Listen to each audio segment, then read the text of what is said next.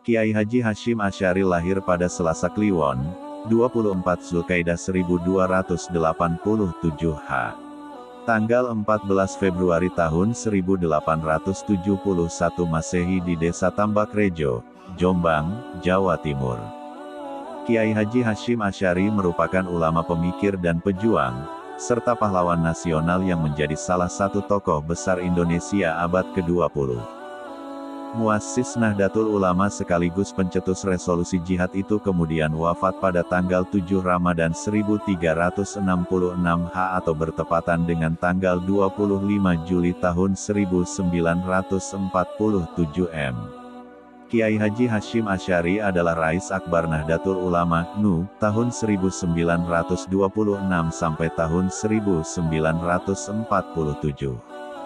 Pada tahun 1899, ia mendirikan pondok pesantren Tebu Ireng Jombang.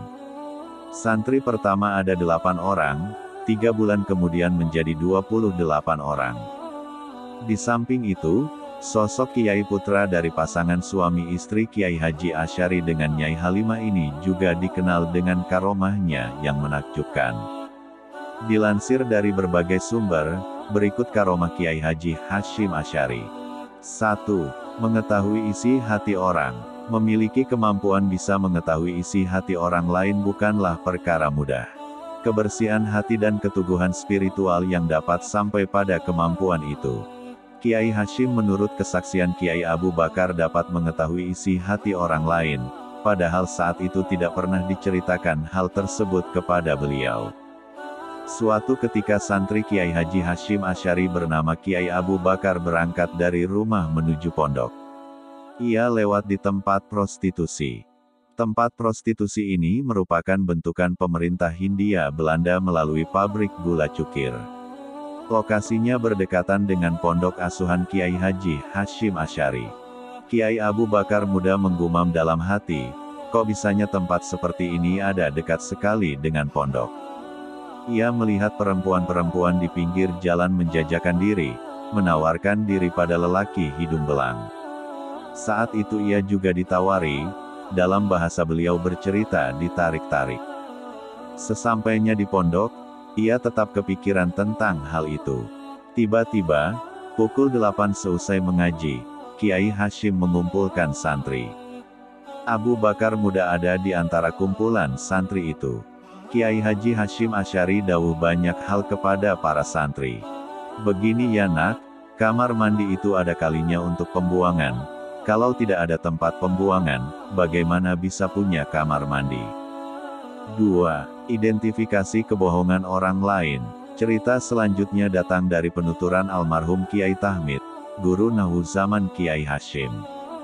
Kang Tahmid ini santri senior asal Brebes, Jawa Tengah. Cerita ini dari Kiai Abdul Haq Brebes yang mendengar langsung dari Kiai Haji Tahmid Jagalempeni saat mengaji. Kiai Tahmid yang saat itu santri kepercayaan Kiai Hasyim menerima tamu, pernah ditimbali Kiai Hasyim untuk melayani tamu yang datang. Pamannya, Kang Bahrudin yang juga santri senior di Tebu Ireng, diminta oleh beliau untuk memanggilnya. Lalu Kang Tahmid bergegas ke dalam Kiai Hasyim dekat masjid pondok. Kang Bahrudin mengingatkan agar Kang Tahmid salat dulu. Namun, Kiai Tahmid malah menundanya, nanti saja katanya.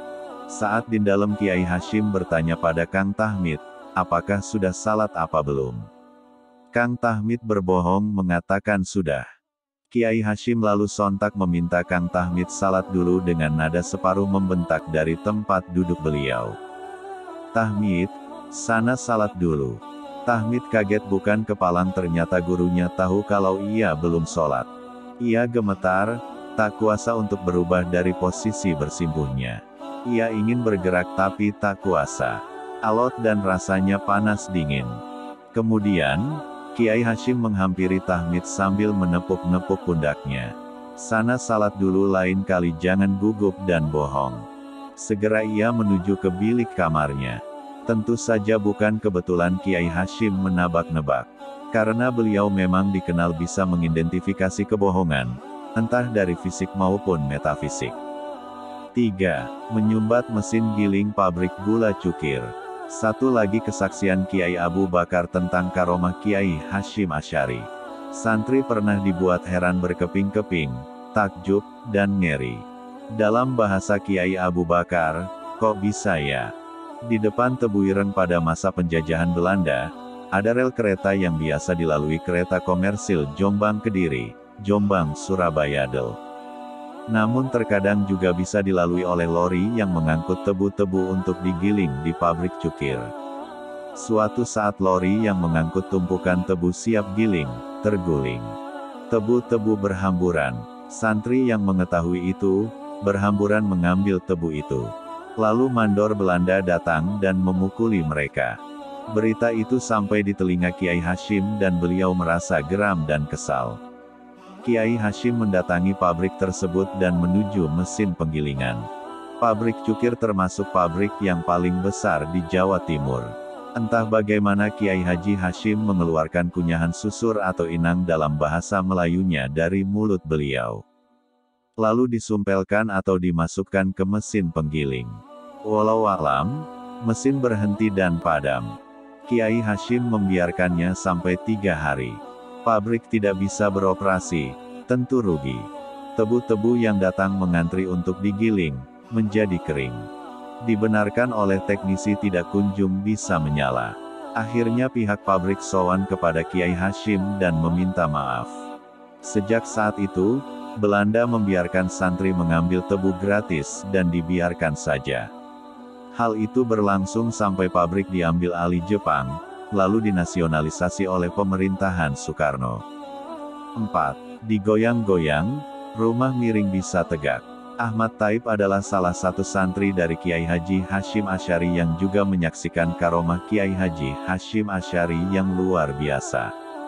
Ahmad Thaib, jauh dari kesan kiai atau ahli agama, dengan pakaian biasa. Beliau ini bercerita tentang salah satu karomah Kiai Hasyim. Suatu saat Thaib muda merenung di senggangnya waktu. Tiba-tiba Kiai Hasyim datang dan bertanya, "Ada apa, nak, kok melamun?" Ahmad Thaib menjawab, "Itu, rumah saya doyong, miring." Akhirnya Kiai Hasyim mengajak Ahmad Thaib melihat rumahnya yang miring itu. Sesampainya di sana, Kiai Hasyim hanya menggoyang-goyang salah satu bagian rumah yang miring. Dilalah, rumah itu lurus kembali, alias berdiri tegak lagi. Ahmad Thaib terkejut sambil senang. Terkejut karena seperti ajaib sekali, rumah digoyang-goyang saja, yang asalnya miring menjadi lurus. Karena kalau dibenarkan tukang bisa memakan biaya mahal dan tentunya selesai dalam berhari-hari. Di balik semua itu, ia merasa senang dan gembira, rumahnya bisa berdiri tegak lagi.